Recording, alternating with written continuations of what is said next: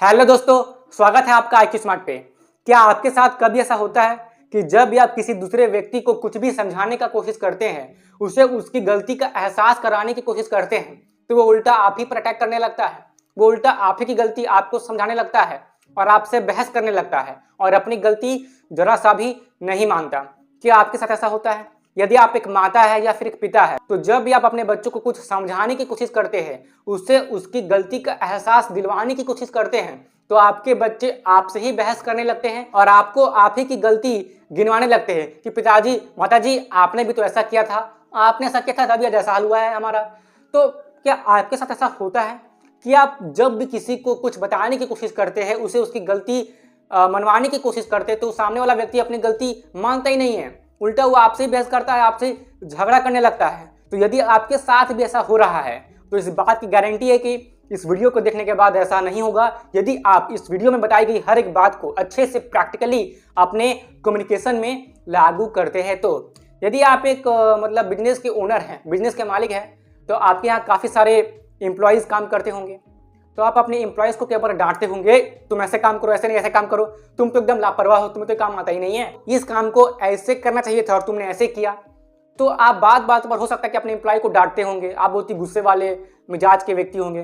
तो ऐसा हो सकता है कि जो आपके एम्प्लॉय है वो आपके सामने तो सही ढंग से पेश आते हैं, लेकिन आप जो इतनी उनकी आलोचना करते हैं, इतनी उनकी आप निंदा करते, शिकायत करते हैं, तो ऐसा करते रहने से क्या होगा कि एम्प्लॉयज़ के मन में जो आपके प्रति भावना है वो नेगेटिव बनना शुरू हो जाएगी। भले ही वो आपके सामने कुछ भी ना बोले, और बोल भी कैसे सकते हैं, उन्हें तो पैसे मिलने हैं, तो पैसे के चलते वो अपनी मतलब चुप्पी साध लेते हैं आपके सामने, लेकिन आपके पीठ पीछे वो आपकी काफ़ी अधिक बुराई करते होंगे, क्योंकि आप उन्हें अच्छे से ट्रीट नहीं करते। उनकी हर गलती पर आप उन्हें डांटते हैं, उन्हें लापरवाह बोलते हैं, उनकी निंदा करते हैं। लेकिन यदि बात पैसे की नहीं होती, तो वे आपके मुंह पर आपको गाली देकर के चल जाते और आप कुछ भी नहीं कर पाते।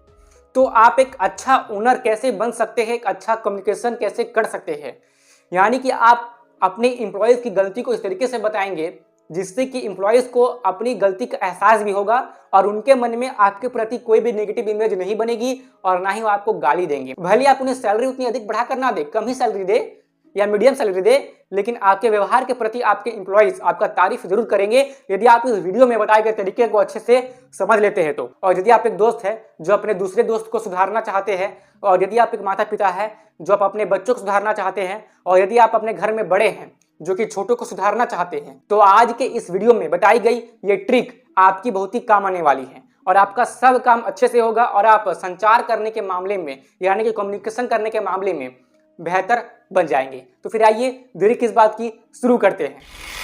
तो आप ये बात बखूबी याद रखिए कि गलती करने पर आलोचना नहीं, समझदारी से सुधार करें। देखिए, मनोविज्ञान के अनुसार इस बात को आपको ध्यान में रखना है कि हर मनुष्य की अपनी एक आत्म छवि होती है, यानी कि सेल्फ इमेज होती है, और जब भी किसी भी मनुष्य की इस सेल्फ इमेज को चोट पहुंचती है, तो भले ही मनुष्य गलत हो, वह अपनी गलती को मानने के बजाय अपना बचाव करने का प्रयास करेगा, यानी कि वो आप पर अटैक करेगा। इसलिए किसी को भी उसकी गलती बताने के लिए आपको कुछ ऐसा करना पड़ेगा कि जिससे कि उसकी खुद की आत्म छवि अर्थात सेल्फ इमेज पर बात आए ही ना। देखिए, जब भी आप किसी की आलोचना करते हैं या फिर उसकी निंदा करते हैं या फिर उसकी शिकायत करते हैं, तो डायरेक्ट बात उस मनुष्य की आत्म छवि पर जाती है, और जब बात आत्म छवि पर चल गई तो सामने वाला व्यक्ति अपने आत्म छवि को बचाने के लिए रक्षात्मक हो जाता है और अपनी गलती मानने के बजाय बचाव करने लगता है, क्योंकि उसे ऐसा लगता है कि आपने उसके ईगो पे वार किया है।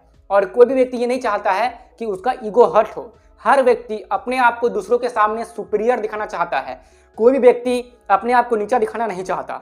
और अगर आप किसी व्यक्ति को खुद से नीचा दिखाते हैं ना, तो अपने बचाव के चक्कर में वो आप पर अटैक जरूर ही करेगा। ये नॉर्मल साइकोलॉजी है और सब पे ये लागू होती है कि हर मनुष्य किसी दूसरे के सामने खुद को सुपीरियर फील करवाना चाहता है या फिर खुद में ही सुपीरियर फील करना चाहता है। तो आप जब भी किसी भी व्यक्ति की आलोचना कर देते हैं सामने, खुला खुला सबके सामने, तो तुरंत उसके आत्म छवि पर बात जाएगी और भले वो खुद गलत होगा, लेकिन वो आप पर अटैक करेगा और वो आपकी बताई गई खुद की गलती को अपना अपमान समझेगा और वो आपका भी अपमान करने लगेगा या फिर आपसे झगड़ा करेगा। तो व्यक्ति आलोचना कैसे करता है?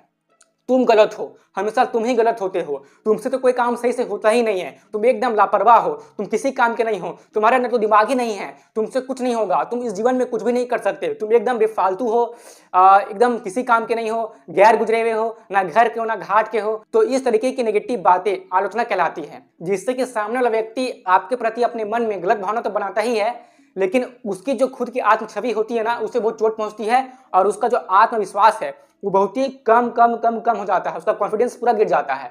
तो जब आप बार बार किसी भी व्यक्ति की आलोचना, निंदा या शिकायत करते हैं, बार बार लगातार लगातार लगातार, तो ऐसा करके आप जाने अनजाने में उस व्यक्ति की आत्मसम्मान को ठेस पहुंचाते हैं और उसकी आत्मविश्वास को पूरा गिरा देते हैं, जिससे कि उस व्यक्ति के लिए खुद को उठाना काफी अधिक मुश्किल हो जाता है। फिर वो व्यक्ति बात बात पर आपसे बहस करने लगता है। ऐसा आजकल के काफी सारे पेरेंट्स करते हैं। उनके बच्चे काबिल तो होते हैं, लेकिन दूसरों के बच्चे के इतना तेज नहीं होते, इंटेलिजेंट नहीं होते।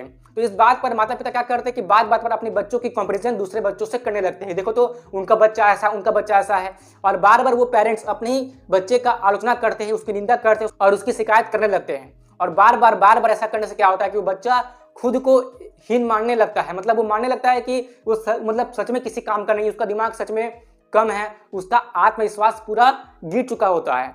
तो पेरेंट्स जाने अनजाने में गलत कम्युनिकेशन के चलते अपने ही बच्चे को ऊपर उठने देते नहीं है, जबकि उनका बच्चा काबिल था। बस वो दूसरों के बच्चों जैसा इंटेलिजेंट नहीं था, लेकिन काबिल था और वो काबिल हो सकता था।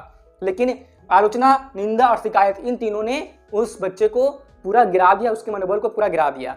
तो अब आपको क्या करना चाहिए, मेरी बात को ध्यान से सुनने का और समझने का प्रयास कीजिए। देखिए, कभी भी किसी की गलती को बताने के लिए प्रशंसा से शुरुआत करें। आप ये ना कहे कि तुम्हें तो कुछ आता ही नहीं है, तुमसे तो कोई भी काम ढंग से होता ही नहीं है। इसके बजाय आप ये कहे, आप बहुत समझदार हैं, पर आपसे ये छोटी सी चूक हो गई।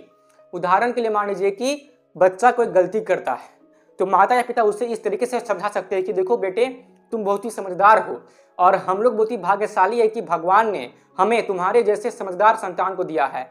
इस देश को तुम्हारी बहुत ही आवश्यकता है। तो अगर तुम जैसा व्यक्ति ये छोटी मोटी गलती करेगा तो आगे चलकर इस समाज को नुकसान होगा, हमें नुकसान होगा, इस देश को नुकसान होगा। इसलिए इस बात को तुम ध्यान में रखो कि तुम हो तो बहुत ही समझदार, और इतने समझदार होते हुए भी तुमसे ये बहुत ही छोटी सी चूक हो गई है, और मुझे ये पूरी आशा है कि ये चूक अगले बार से नहीं होगी।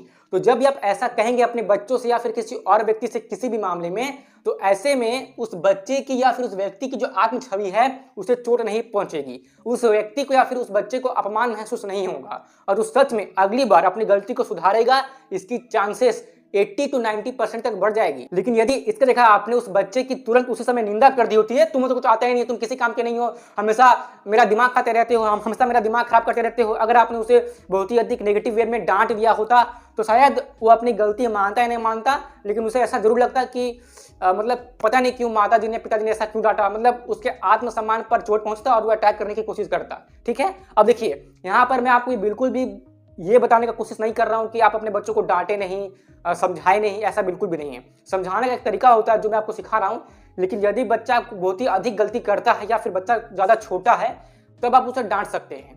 मैं जो आपको बता रहा हूँ ना, मैं आपको उस बच्चे के लिए बता रहा हूँ जिसकी उम्र लगभग 10 साल से ऊपर हो चुकी है, क्योंकि 10 साल के नीचे हर बच्चा बच्चा ही होता है, उसका दिमाग भी बच्चा वाला होता है। तो उस समय बच्चों को डांटना चाहिए, उन्हें दंड देना चाहिए, जिससे कोई डिसिप्लिन में रहे, क्योंकि उतने छोटे समय में बच्चा उतना साइकोलॉजी वाला कॉन्सेप्ट समझेगा नहीं ना, तो उसे उस समय उतना पता नहीं होता है। बच्चों को लगता है कि मेरे साथ ऐसा क्यों हो रहा है, नहीं मैं जो चाहूँगा वही होगा वही होगा। तो बच्चे हर चीज़ में अपनी बातों को ही मनवाना चाहते हैं, तो इस समय वो कई बार गलती करते तो उस समय आप उसे डांट सकते हैं। लेकिन बच्चे थोड़े से ही बड़े होते हैं ना, और थोड़े समझदार होते हैं ना, तो उस समय डांट से काम नहीं चलेगा, आपको समझदारी से समझाना होगा और बहुत ही मतलब बुद्धिमानी से आपको उन्हें अच्छा संस्कार देना पड़ेगा। तो वही चीज़ मैं आपको यहाँ पर बताने की कोशिश कर रहा हूँ। आशा करता हूँ कि आप मेरी बात को समझ पा रहे होंगे, और ये चीज़ आप हर व्यक्ति के लिए लागू कर सकते हैं जिन्हें भी आप उनकी गलती का एहसास उन्हें करवाना चाहते हो। ठीक है, अब आगे देखिए। तो किसी की भी अगर कोई गलती हो ना, तो सवाल पूछकर गलती का एहसास दिलाइए। तुरंत मत बोलिए कि तुम गलत हो। अगर आप तुरंत बोलते हैं कि तुम गलत हो ना, तो आप अपने आप को सुपीरियर दिखा रहे होते हैं और सामने वाले को नीचा, और सामने वाला तो खुद में नीचा फील करना चाहता नहीं है, उसके आत्मसम्मान पर चोट पहुंचेगी और वो उसके बदले आप पर अटैक करेगा। तो तुरंत अब मत बोलिए कि तुम गलत हो। इसके जगह पर आप क्या बोल सकते हैं, आप बोल सकते हैं आपको क्या लगता है अगर ये ऐसे होता तो कैसा रहता। मतलब आपने देख लिया कि गलती हुई है, तो तुरंत मत टोकिए, यू आर रॉन्ग। आप क्या बोलिए, आपको क्या लगता है अगर ये ऐसा हो, तो मतलब जहां पर गलती हुई उसे दिखाकर बोलिए कि अगर ये ऐसा होता तो कैसा रहता।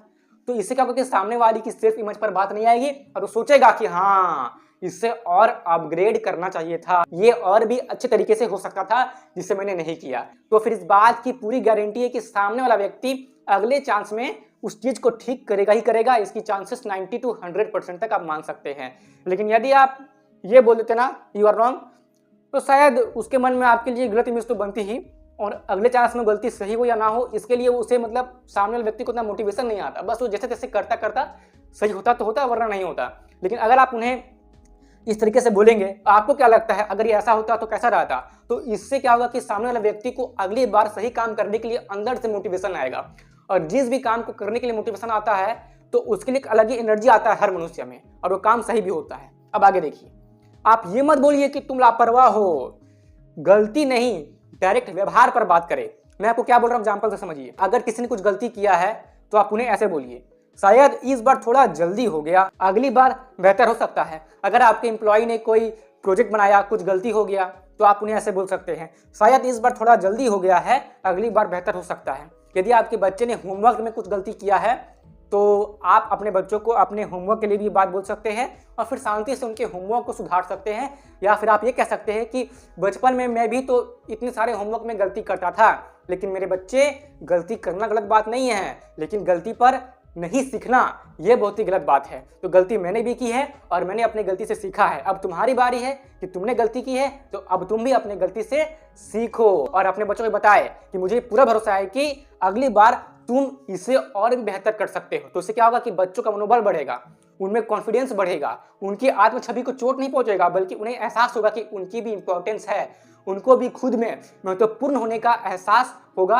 और अगली बार इस बात की पूरी चांसेस है कि वो बच्चा अपना होमवर्क या फिर वो एम्प्लॉय या व्यक्ति अगले बार अपना प्रोजेक्ट या काम बहुत ही अच्छे तरीके से इंप्रूव्ड वर्जन में करेगा। इस बात की चांसेस 80 to 90% बढ़ जाएगी। अब यहाँ पर देखिए, आपको हमेशा भरोसा जताना है। सामने वाले व्यक्ति को कोई भी अच्छा काम कराने के लिए आपको बिल्कुल भी नहीं कहना है कि तुम कभी नहीं सीख सकते या तुम कभी नहीं कर सकते, तुम कभी सीखते ही नहीं हो। नहीं, आपको जताना है भरोसा। यदि आप किसी पर भरोसा जताकर उसे कुछ काम देते हैं तो इस बात की चांसेस बढ़ जाती है कि सामने वाला व्यक्ति आपकी बात मानेगा और आपका काम या फिर कोई भी काम जो आप उसे दे रहे हैं उसे वो अच्छा से करके देगा। आप कह सकते हैं, मुझे आप पर पूरा भरोसा है कि आप इसे जरूर सुधारेंगे और अच्छे से करके दिखाएंगे। ये चीज आप अपने बच्चों के लिए भी कर सकते हैं। अभी कुछ ही देर पहले मैं अपने मित्र से कुछ बात कर रहा था, बातों बातों में मैंने अपने मित्र को कुछ गलती बताई उसकी, जहां पे मैंने ये सारे टेक्निक को अप्लाई नहीं किया था। मैंने जस्ट डायरेक्टली उसके गलती को उसको बताया और मैंने उसकी जाने जाने में आलोचना कर दी। अब इस बात पे क्या हुआ कि वो मेरा मित्र मुझे ही गलती ठहराने लगा और मुझे ही गलत बोलने लगा। तो मैंने क्या किया था, मैंने डायरेक्टली उसकी आलोचना कर दी थी, जिससे कि बात उसकी सेल्फ इमेज पर चली गई और उसने मुझसे कहा, अपना दही खट्टा किसको लगता है। आशा करता हूं कि मेरी बात आप समझेंगे कि मैं आपको क्या कहने का प्रयास कर रहा हूं। तो फिर से मुझे समझ में आ जाए कि मुझे किस तरीके से उसे उसकी गलती बतानी चाहिए थी, जिससे कि बिना उसके सेल्फ इमेज को चोट पहुंचे वो अपनी गलती समझ जाए।